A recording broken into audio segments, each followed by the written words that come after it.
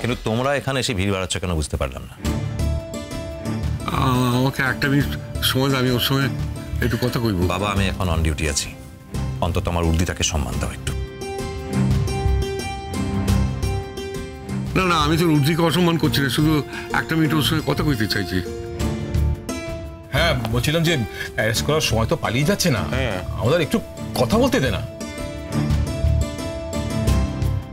তোমাদের কি মনে হয় এখনো কথা বলার মতো কিছু বাকি আছে? আপনি এটা কেন করলেন? কি পেলেন আপনি এটা করে? কি লাভ হলো আপনার?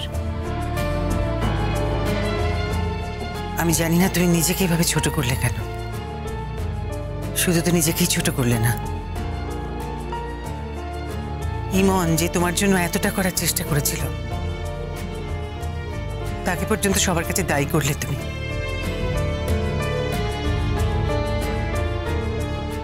এরপর ইমনকে দেখলে সবার মনে হবে যে ওই কলির এই বিয়েটা ভেঙে যাওয়ার জন্য দায়ী। আমি কিন্তু আপনাদের মেয়ের জীবন নষ্ট করিনি। আপনারা যদি একটু সেন্সিবলি চিন্তা করেন তাহলে দেখবেন যে আমি কিন্তু আপনাদের মেয়ের জীবন বাঁচিয়ে দিয়েছি।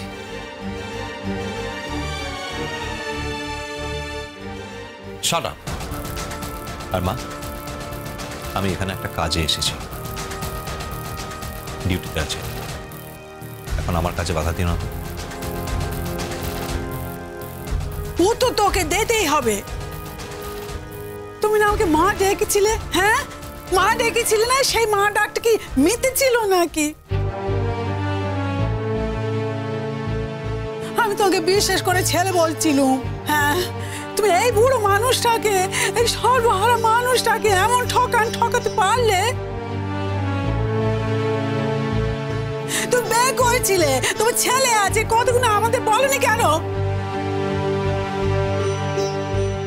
আহ মা, কেন এখন এত কথা বলছো? এই কথাগুলোকে এখানে বলার আর কোনো প্রয়োজন আছে? বলি, এবার তুমি খুশি তো? মানে আমি রনর ডিসিশনটা মেনে নিচ্ছি সেই জন্য? এটা আমার নিজস্ব সিদ্ধান্ত নয়, এটা আইনের ডিসিশন। আর যেহেতু কেউ আইনের ঊর্ধ্বে নয়, তাই এই সিদ্ধান্ত মানা ছাড়া তোমার কোনো উপায় নেই। কথাটা বলতে দে না, বললাম তো 1 মিনিট সময় লাগবে। আর তো কথার কিছু বাকি নেই, কি ব্যাপারে কথা হবে সেটাই তো বুঝতে পারছি না। আছে আছে, কথা আছে। আচ্ছা, তুমি একটা কথা বলো দেখি, যে তোমার কি কি অসুবিধাটা হচ্ছিল? তোমার কি সত্যি ব্যথা হয়ে গেছে? বাচ্চা কাচ্চা আছে নাকি? এগুলো সব তোমার মন গড়া কথা?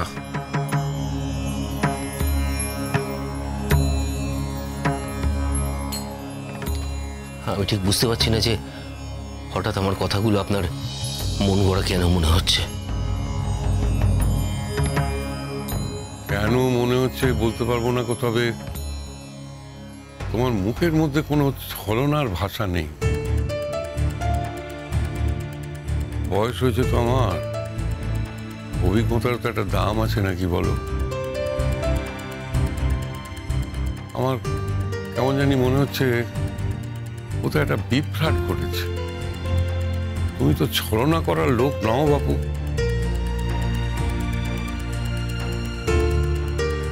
হ্যাঁ, দাদা বিশ্বাস করেছে তো, দাদার কথাতে আমিও বিশ্বাস করছি। তুমি বলো না বাবা, তোমার কি কোনো অসুবিধা আছে? কি কথা বলবে? এখনো তোমাদের কি কথা বলার আছে সেটাই তো আমি বুঝতে পারছি না। প্লিজ প্লিজ তোমরা আমার ব্যাপারে কোনো কথা বলো না।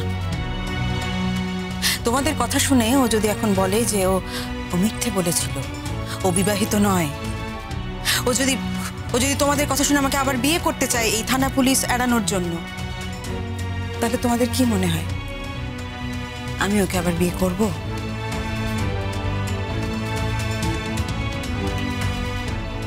না মেজকা, সেজকা, এটা জেনে রাখো।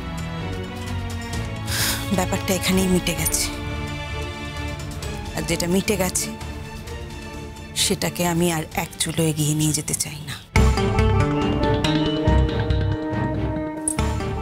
তোমাদের কি মনে হয় তোমরা এখন কথা বলবে, তারপরে তোমাদের কথায় ও গলে গিয়ে তোমাদের মেয়েকে আবার বিয়ে করতে চাইবে, তাহলে কি তোমরা তোমাদের মেয়েকে ওর সঙ্গে আবার বিয়ে দেবে? ও যে বিয়ের পরে আমার সঙ্গে এরকম করবে না তার কি গ্যারান্টি আছে? বিয়ের রাতে যে আমাকে ছেড়ে চলে যাবে না তার কোনো গ্যারান্টি দিতে পারো তোমরা?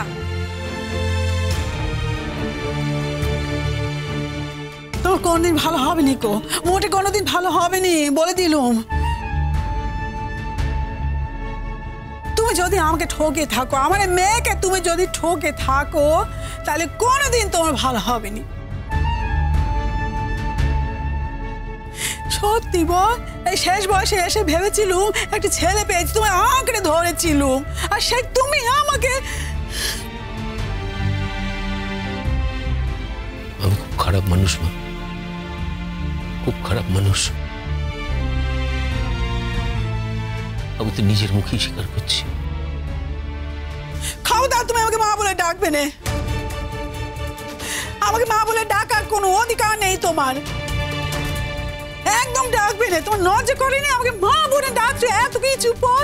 ছি ছি ছি, দেখেছিস কেমন মা বলে ডাকছে আমাকে। এসব নাটক করে কিন্তু আপনি পার পাবেন না, এই কথাটা আমি আপনাকে ভালো করে বুঝিয়ে দিতে চাই। পার পেতে চাইছি বলে আপনার কি এখনো মনে হচ্ছে? আমি তো পার পেতে চাইনি, আমি তো রণর হাতে নিজেকে সারেন্ডার করেছি। সারেন্ডার না করে আর উপায় কি বলতো? সারেন্ডার না করে কি করতে?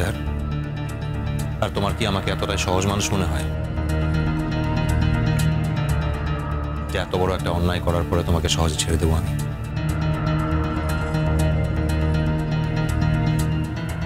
না রণা, তুমি একজন সৎ মানুষ, একজন দক্ষ অফিসার। তুমি যা করেছো আজ পর্যন্ত সব ন্যায়ের পক্ষে করেছো, তাই তুমি যেটা বলছো সেটাই ঠিক। আমার মতো মানুষদের জায়গা তো থানা, জেল। আর শুধু শুধু এখানে কেন দাঁড় করিয়ে রেখেছো? চলো, তোমার যেখানে নিয়ে যাওয়ার আমাকে সেখানে নিয়েছো, থানায় নিয়ে চলো আমায়, চলো। পুলিশ বাবু, ও পুলিশ বাবু, আমি বলছি আমার দাদাবাবু ওরকম নয় গো, আমার দাদাবাবু ভালো মানুষ।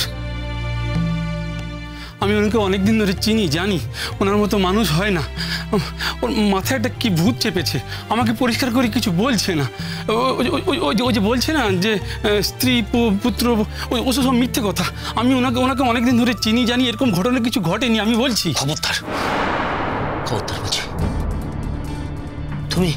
তুমি কেন কাজের লোক হয়ে আমার ব্যাপারে কথা বলতে এসছো?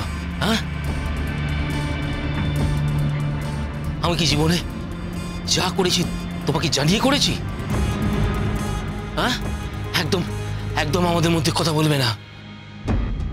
হ্যাঁ, ওরা ঠিক বলছে, আমার বউ আছে, আমার বাচ্চা আছে, আমার সব আছে। তুমি যাও এখান থেকে, যাও।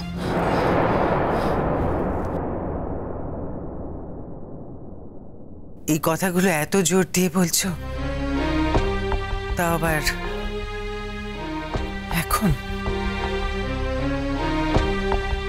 এখনই বলার সময়, তাই বলছি। আমার মেয়েটাকে তুমি লগন হারা করলে। হ্যাঁ, 20 বছর বাদে মেয়েটা সেজে গুছে একদম বিয়ে করার জন্য তৈরি হয়েছিল, ওর জীবনটা তুমি ছাড়কার করে দিলে। এই তোমার ধর্ম?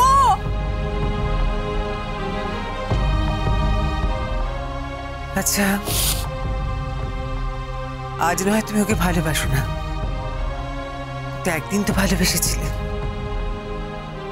অন্তত সেই দিনটার কথা মনে করে আজকে এই মেয়েটাকে সম্মানটুকু দিতে পারলে না?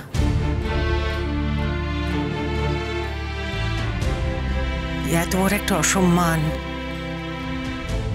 একটা মেয়ের জীবনে কতখানি যন্ত্রণার বোঝো তুমি, বোঝো? যেন আজ আমরা এখানে এসেছি আর আমাদের বাড়িতে বিভিন্ন বিভিন্ন আত্মীয় স্বজন এসে ঢুকছে। আমরা আমরা ফিরে গিয়ে কি বলবো তাদের, বলো তো? কি বলবো তাদের? কেন এরকম করলে তুমি? চুপ করে থেকো না, আমাকে বলো, উত্তর দাও। কেন করলে এরকম? কেন কেন বলো?